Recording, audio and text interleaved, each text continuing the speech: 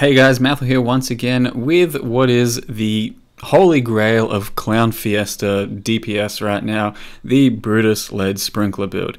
At this point I've put something like 5 exalts into this character and it's, I don't know, returned in absolute fucking spades. But at least it's not poison or ignite, right? Yeah? Can't criticize me for not doing it this time, right? Who the fuck cares if it's not poison or ignite when you have this shit? There's just no point in complaining about double dipping when items like this come out, and Hand of Wisdom in action, and Barrage Helm Enchants, and essentially the best DPS builds in the game right now aren't poison or ignite, and yet that's what people want to criticize whenever you make a fucking chaos build. In any case, there's really not much to say while showing you these clips. You know, there's no skillful gameplay or setup. It's basically just dive in, hit right click, you know, avoid some things if you want. You don't really have to, because Vile Pact and like 100% Life Leech takes care of things otherwise. So yeah, this is all there is to it, I guess. Chimera, this one here, is actually the most challenging of the fights, I suppose, of the Guardians and everything, because you have to dodge quite a few adds, otherwise they might be able to combo you, get a kill on you. Otherwise, yeah, there's not much else there either. You face tank the Chimera, you can't roll too many damage mods on the map, because otherwise you die to the smoke phase, but you can face tank Chimera without moving. You can more or less face tank most of the adds without moving, and your DPS is incredible. So yeah, pretty good stuff there. None of the endgame content or fights have actually really been any sort of a challenge. I did end up doing quite a bit of leveling on this character from 89 to 91 with Guardian maps, Uber series, this here's an Uber series run, and Shaper runs. So I think from 90 to 91 I may have died like once or twice doing nothing but Guardian maps, Shapers and Uber series, and it was a pretty damn quick level. So all in all, this character is really good at killing bosses and pretty damn enjoyable to play at killing bosses. The only issue is having to swap in gems all the time for Sunder, as you will see right here, because it's just not fun at all to map with Molten Strike. So for the Uber series runs in particular, I'm definitely swapping in for Sunder, clearing trash with Sunder, increased area, and then I'm using 2 different jewels, and then I swap back into Molten Strike before I start the bosses, because Molten Strike is way better than Sunder for DPS on bosses. So you do have to split your DPS a bit, or your setup a bit, depending on what content you're doing, so it's a little bit annoying, but it's pretty worth it. And overall, Sunder's just not as aesthetically pleasing as some other builds maybe, so it is nice, it is good to play, but it's not ultimately that much fun, because at this point, you know, you can clear the game with just about 100 different types of builds. It's just about what feels good, what looks nice, and Sunder, not necessarily one of those. Molten Strike, definitely not one of those for clearing maps and all that, but it is incredible for boss fights. It feels really nice for boss fights. Shaper, you don't even have to move for the most part, except for the slam, and try and avoid some of the balls. It's actually pretty ridiculous how low effort this fight is for a character like this. Just a DPS check really, whereas so many other characters that have worse DPS, you really have to play the game. If you don't have 100% or, you know, even like 2 to 3% leech and Vile Pact with 1 billion DPS, you still have to move from a lot of things, but this one does not need any of that. It's probably the easiest Shaper kills I've ever had. I did quite a few Deathless runs, ended up doing something like, I don't know, maybe 12 Shaper runs and 0 Dying Sun Flasks, so that is what we were trying to fish for, so that we could see just a bit more absurd DPS, taking us from 10 projectiles up to 12. Instead, this is just the 10 projectile version, budget build scrub version, let's say, and it's still pretty damn good. So that's all the boss fights that I've done so far for the day. I'll go over the build real quick in case you want to do something similar, but yeah. I'll go over just about everything in a mini guide as fast as I possibly can, because there's not much to it. We hit level 91, we are accuracy based, so using Elemental Overload, and hit about 89% accuracy with the Golem up.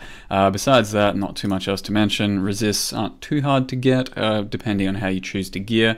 Like I said, hit 91 with 1058 strength. That's all I felt I needed. Didn't go too much harder on that front. Brutus lead sprinklers, using 2 of them. They are pretty insane with strength stacking. Use 2 because you get, instead of 2 to 4, you now get 4 to 8, so twice the bonus of the strength stacking, and your gears just revolved entirely around stacking strength. And as well as that, you have the 2 jewels Wildfire that give you 2 additional projectiles for Molten Strike, so you go from a original 3 Molten Strike projectiles to a potential 10 thanks to the 2 jewels, as well as the Helm Enchant. Got the Helm Enchant on Hubris, enchanted it with a Rage Essence. It was cheap at the time, surely going to cost more now, but I did what I had to just to get that sort of thing into the build. Can get another 2 projectiles for Dying Sun, giving you a total of 12. But for now, this is all I needed, and it was great.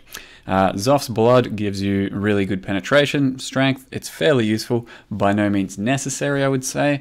It's just really nice to have as your probably best in slot neck slot. So that's where most of the currency cost comes from in the build.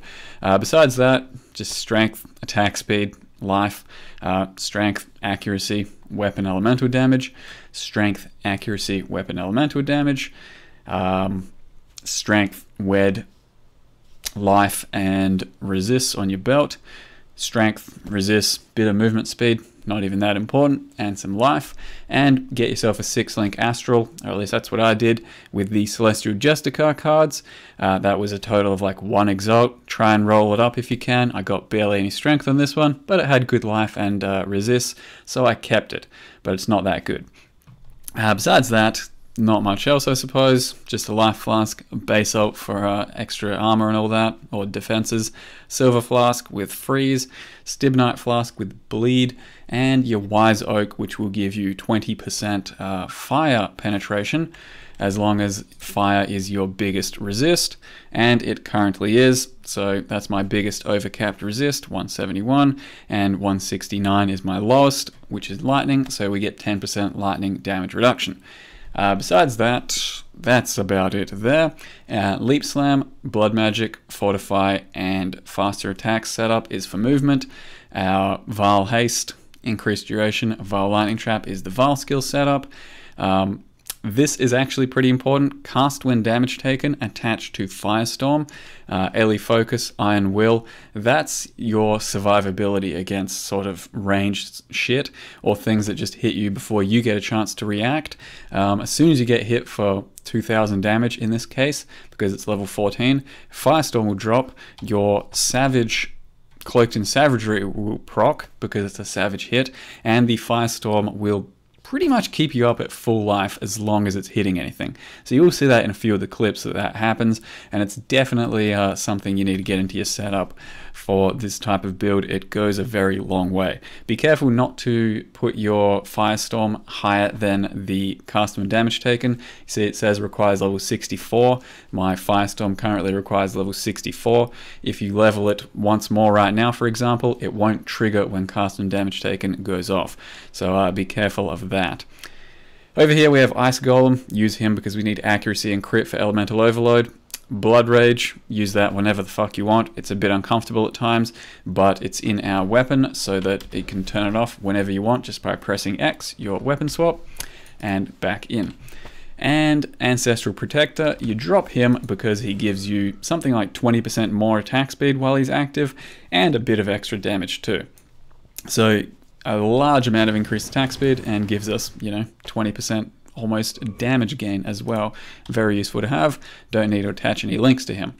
Our mana reservation is Anger, Flammability, and Blasphemy, with an Enlighten just for some additional mana reservation. As far as the gem links go, that's what we're looking at. We have Molten Strike, Multi-Strike, Fire Pen, Weapon Elemental Damage, Ellie Focus, and Conk Effect, but we play with increased area most of the time. Just use Conk Effect for boss fights. Most of the time though, I am running Sunder instead with that exact setup, and Conk Effect for bosses on the shittier bosses, and most of the time when I'm mapping, I'm running these jewels here. Bit of damage, but most importantly, we're just getting attack speed and attack speed. So each of these jewels gives something like 13% attack speed. So in total, that's like 26% attack speed that you get just from swapping our Molten Strike jewels for our Sunder jewels. And that makes Sunder feel a lot nicer and your Leap Slam feel a lot nicer. And it's something I've been doing for mapping, and I recommend you try as well if you're going to map a lot with this character. As far as leveling is concerned, I'm pretty sure I started here and then went up here to the Templar area around here, and then started filling out all the way across here and grabbing our dexterity and then converting our dexterity to strength with the inertias, which it goes a pretty long way. Your survivability will probably be crap until you have Valpact, so keep that in mind if you want to bum rush that first. I initially went for these passives here when I leveled, but you can easily justify going for the leech instead, so that's entirely up to you.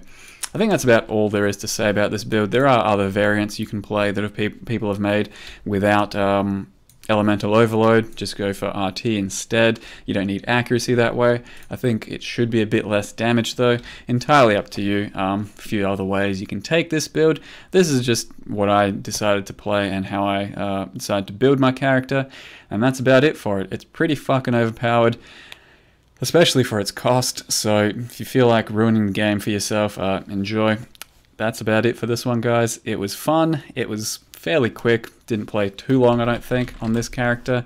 One day 7 hours, that's about normal, but for the past day or two have just been farming endgame bosses, which I don't usually do on my characters because it's a little bit harder, but this one made it a joke. Thanks for watching this video, guys, and see you next time.